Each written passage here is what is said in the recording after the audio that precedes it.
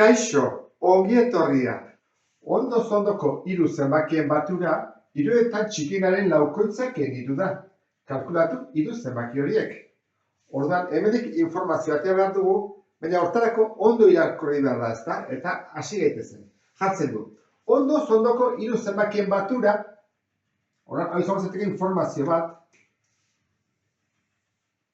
Ondo-ondoko hiru zenbakien batura. Zer da?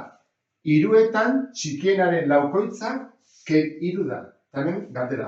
Kalkulatu hiru zenbaki horiek. Orduan, hau hirutan banatu dugu eta informazioa atako dugu.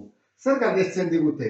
Kalkulatu hiru zenbaki horiek. Orduan, jarriko ditu hiru zenbaki horiek. Txikienari isa deituko diogu.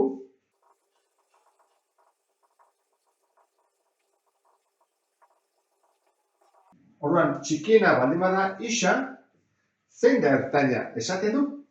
Ondo-ondokoak direla. Orduan egon behar dute bat bestearen ondoan. Adibidez, bostaren ondoan zein dago 6 edo 4. Orduan, egingo dugun izango da, isa baldin bada txikiena, ondokoa zein da bat handiagoa. Jarriko dugu isa gehi bat eta horrengoa isa gehi bi. Eta orduan, lehenengo informazioa badugu galdetu egutena. Kalkulatu hiru horiek.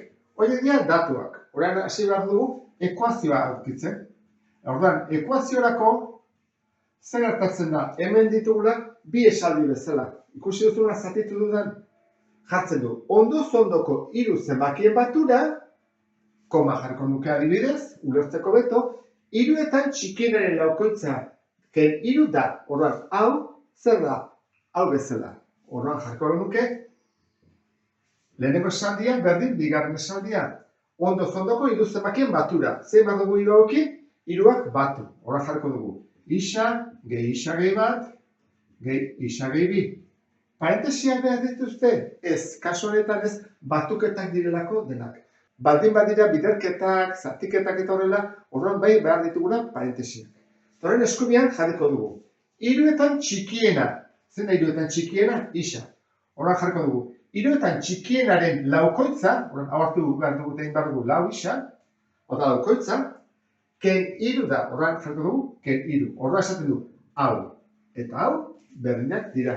Hau izango litzateke ekuazioa. Orduan, ego ditugu laburdura batzuk, isa gehi isa da hiru isa, eta bat gehi bi da hiru, eta hemen jarriko dugu lau isa ken hiru. Orduan, horren pentsatu behar dugu, isa nun utzi nahi dugun eskubita, ezta? Gehiago daude. Orduan, kenduko dugu hemendik hiru isa, bietan, eta orduan gelditzen zegu erontara. Kentzen badugu, hemen gehitzegu hiru, eta hemen gehitzegu lau isa, ken hiru isa, ken hiru. Orduan, orain zego dugu, adibidez, batu hiru, joate zegu, eta hau, izango litzateke isa 6 dela. Zer egin behar dugu orain? Erantzun. Orduan, zeintzu dira zenbakiak? Isa da 6, orduan da 6, gehi bat gehiago 7, gehi bat gehiago 8. Orduan, jarriko dugu 6, 7 eta 8 dira zenbakiak. Eta horrela, bukatuko genuke lehenengo problema. Bigarren problemak honela dio, amak 50 urte ditu eta semeak 14. Orduan, datuak ja baditugu.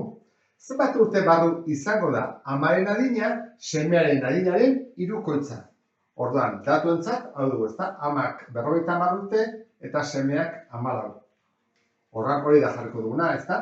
Amak ditu 50, semea 14. Horren, galdera da, zer jakin behar dugu? Esaten du, zenbat urte barru izango da amaren adina, semearen adinaren hirukoitza? Hau da galdetzen dutela, zenbat urte barru? Orduan, jarriko duguna izango da, zenbat urte pasa behar duten izateko hau. Zer izateko? Amaren adina, semearen adinaren hirukoitza. Hau izango da ekuazioa egiteko. Hauek datuak eta hau ez ezaguna. Zenbat urte barru. Berdintza jarriko dugu, eta ezkerra eta eskudean zer jarriko dugu. Nik uste dut, egokiena izango zaiteke da, jartzea batean ama eta bestean semea. Adibidez, ama 50 eta bestean semea. 14. Eta zenbat urte pasa? Amari isa pasatzen bazaio, zenbat urte izango ditu isa gehiago, ezta? 50 gehi zerbait, baina semeari ere bai, urte berriak pasatzen zaizkio. Eta esaten du, izango dela semearen adinaren hirukoitza, hau da, ama izango da hirukoitza.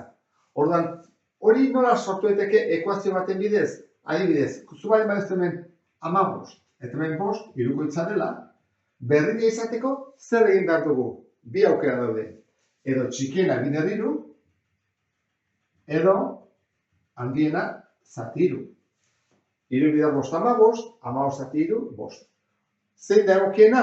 Ba, nik uste errexena izan daitekeela biderketa jartzea. Txikiena egiten baiot bider hiru, orain, zatikirik ez dago, parentesi bat izango litzateke beti, bat edo abantaila bat eta bestea, ezta?